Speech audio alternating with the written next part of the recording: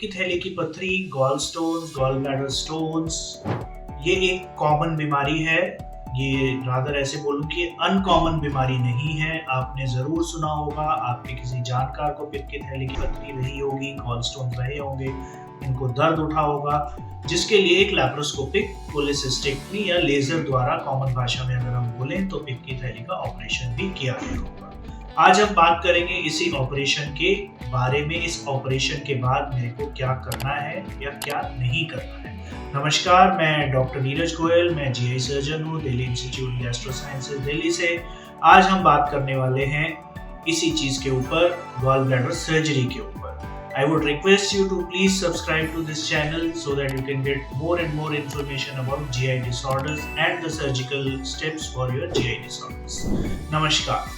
तो ये जो पित्त की थैली की जो पथरी है, ये एक अनकॉमन समस्या नहीं है। ये अक्सर देखा जाता है। अल्ट्रासाउंड आप कराते हैं तो आप उसमें कभी कभी आपको पता चलता है कि पित्त की थैली की पथरी है। आपने ये भी सुना होगा कि इसके लिए एक लैप्रोस्कोपिक कोलेसिस्टेक्टमी या दूरबीन द्वारा गॉल ब्लैडर का ऑपरेशन किया जाता है। ये जो ऑपरेशन होता है, ये सरल ऑपरेशन होता है। इसमें 3 या 4 छोटे छोटे चीरे लगाए जाते हैं आपके पेट के ऊपर और दूरबीन की मदद से गॉल ब्लैडर को रिमूव कर दिया जाता है। एक चीज हमें यहाँ पर समझनी है, गॉल ब्लैडर की पथरी और जो गुर्दे की पथरी होती है, ये अलग है। इम्पोर्टेंटली, गॉल ब्लैडर जो मेरा है वो मेरी सर्वाइवल के लिए इम्पोर्टेंट नहीं है।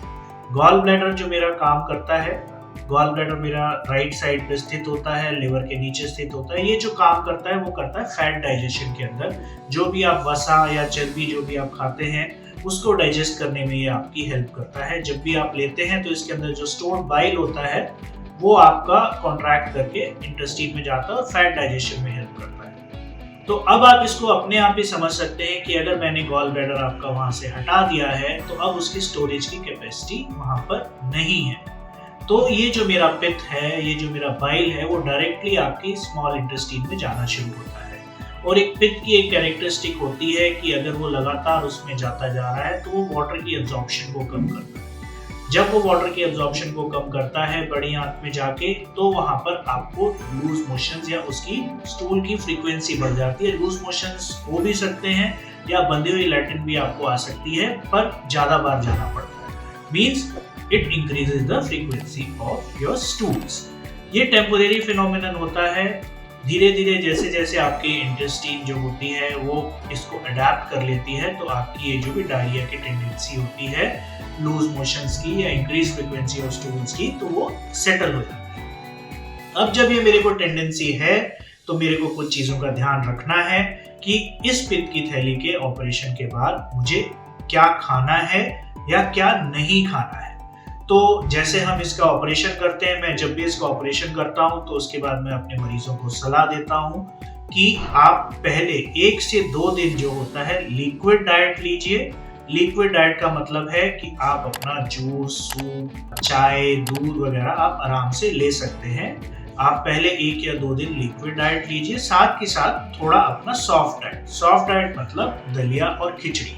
अगर आप 5-7 दिन ये डाइट अपना चलाते हैं, क्योंकि इसके अंदर आपकी फैट की मात्रा कम है, तो बाइल की जो मेरी रिक्वायरमेंट है वो मेरी थोड़ी कम रहती है।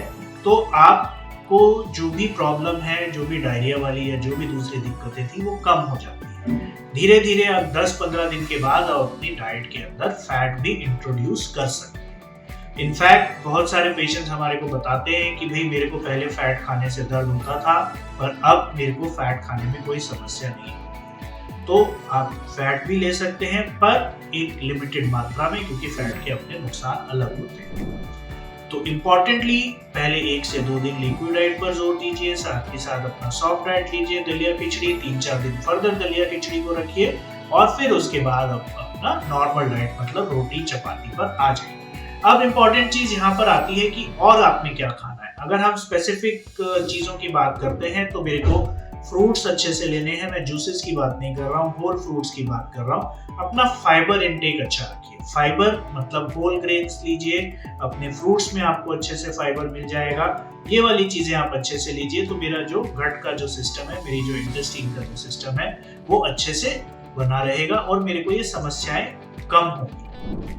अब इम्पोर्टेंट चीज इसमें आ गई कि भाई मेरे को अब क्या नहीं खाना है। मेरा ऑपरेशन तो हो गया है, पित्त की थैली हटा दी गई है, तो अब मेरे को क्या चीज नहीं खानी है। तो इसका भी आंसर मैं थोड़ा बहुत पहले दे ही चुका हूं कि भाई मेरे को अपना जो फैट का जो कंटेंट है वो कम रखना है। मतलब मेरे को फास्ट फूड कम खाना है, मेरे को घी तेल वाली चीजें थोड़ी कम खानी है। मैंने बंद करने के लिए नहीं बोला है, कम खानी है।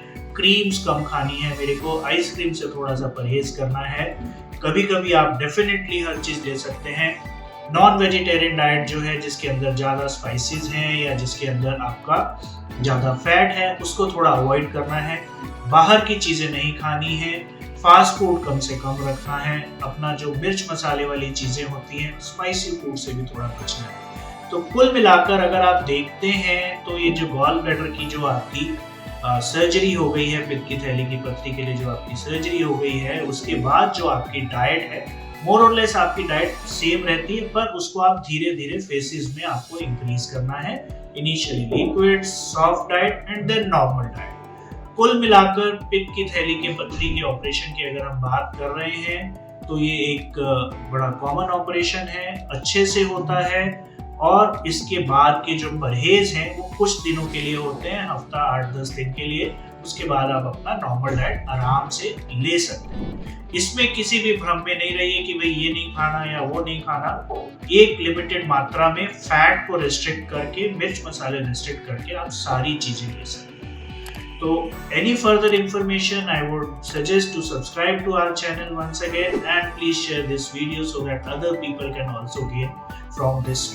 Namaskar.